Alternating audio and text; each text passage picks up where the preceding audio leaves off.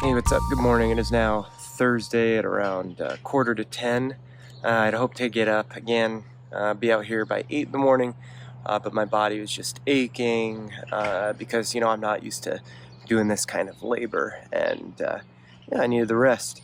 But yeah, it's looking like a beautiful day. I don't think there's going to be any rain, and I did get basically all that I wanted to get accomplished yesterday with kind of tearing up the soil, putting up this, I don't know how well you can see it, this little black mesh net fencing I've tied to the post here, zip tied up there. Yeah, so basically the next steps that I have to do are put the garden soil. I got 4 bags of that, so I'm gonna put that down here, mix it in with the dirt that's from the yard, and then after that I'm just going to measure out the spacing of the plants that I had mapped out, and I'm going to mark them with these skewers, along with a little bit of white electric tape that I have to label where the plants are, at least where the seeds are. And there are some issues that I'm noticing with this netting. It's not staying taut. It's hard to get it staying straight up. It does fall over a little bit.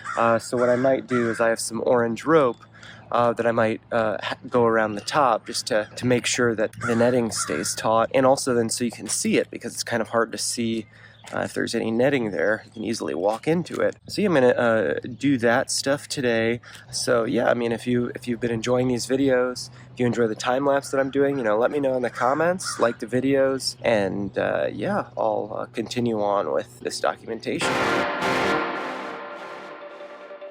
Alright, so I just wanted to give a little bit of a close-up so you can see how I've mixed in the garden soil from the 4 bags. So hopefully it looks as level, as I could get it. It is as level as I could get it with the amount of energy I want to expend on it. And then also I wanted to give kind of a close-up of how I'm putting these skewers in the ground. So really just based on the map that I made, I'm just laying out the tape measure and then putting one of those skewers in based on the markers, so that when I get inside the garden to actually put in the plants, put in the seeds, I don't need to bring the tape measure in, and I could just use these skewers to eyeball where the plants and the seeds need to go. And then after I've gotten the plants in, and once I start getting the seeds in, I could then use these skewers to mark where the plants are, and then based on the map label them using the white electric tape that I had mentioned with a permanent marker. I can label the skewers, and then so I will be able to not only see where the plants are, but also see where the seeds are. I would also know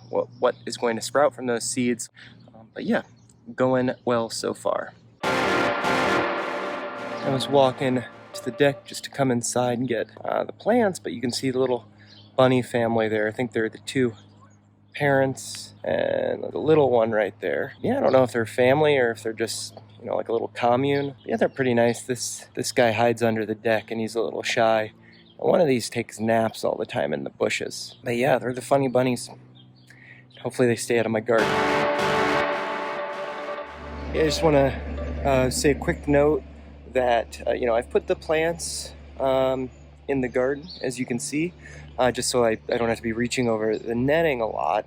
And so the way that I've been thinking, I'd organize them is I'd have the smaller ones towards the edge and the larger ones towards the interior, just because I wouldn't want to attract critters from coming in on the outside to murder the larger plants. But then I was thinking, well, if all the sun's coming from this direction, behind the camera, that is south, that's where all the light's coming from. So really I should be putting the larger plants towards the back so they don't create shade over the smaller ones. And so I did lay them out in the way that I plan to order them. Once I get these plants in, then I'll put the seeds in. And also one thing, sorry if there's some yard work being done next door, so sorry if it's a little loud. One thing I want to note regarding these tomato cages, they have these stickers on them, the barcodes, and I could very easily just leave them on, but then I'd be leaving that trash in the garden. So while I have them on here, I will be taking them off when I put them in the ground around the plants. And if you're doing a garden, I'd suggest you do the same thing. You don't want stickers, getting into the root system, whatever, of your plants.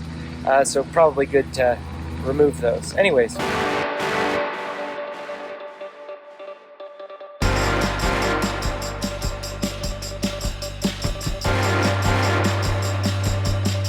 Hey, so all the plants are in the ground, get the fence up, all the plants are labeled. Yeah, I'm just gonna kind of tighten up the fence here by putting this orange poly cord.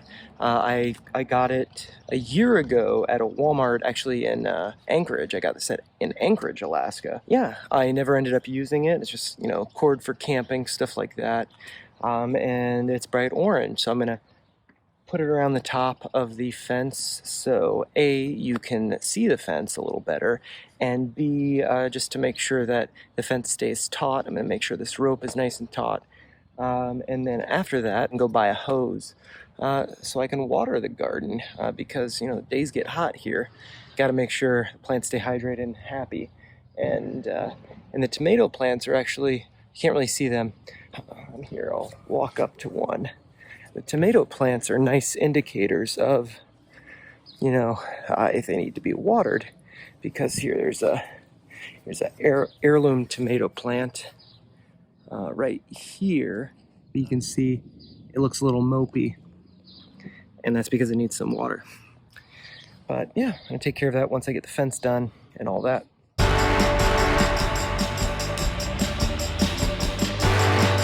just got hose and a little sprayer. The hose is 100 feet. I knew that based on the little map that I made that to the spigot it's probably about 120 feet. And so as you can see, I almost make it to the garden. But with the sprayer, if I put it on shower, I can get the front part of the garden. And then if I adjust this here to full, I think that's the best way for me to get the range that I need to water the garden. Unfortunately, on full, the drops are a little big, so it might be a little harsh on the plants. But you know, we'll have to see. But anyways, yeah, that's the garden. Looking forward to seeing things grow. Make sure you subscribe and like the video, subscribe to the channel for more great content like this. Looking forward to sharing more with you. Bye.